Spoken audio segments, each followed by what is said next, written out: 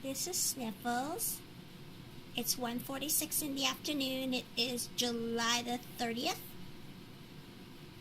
2014, all day, until midnight at least. And yes, this is typical. I usually do give them this much food. Food is it's not expensive.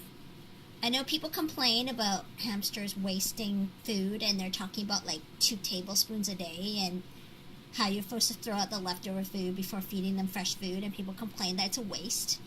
I do it once a week, so I can tell you that hamsters forage in the wild, and nutrition will go down eventually with any food that's left in the open. But he seems fine, and he always hides his stuff in his nest, and that might not be eaten right away, so there's really no difference. So I choose to feed him once a week. That gives him time to pick out the stuff he likes, and then also eat some of the stuff he doesn't like. In this case, no. He's not going to finish probably all of this, but before the end of the week. But he does eat quite a bit. There was only half of a tray left, so he ate most of it.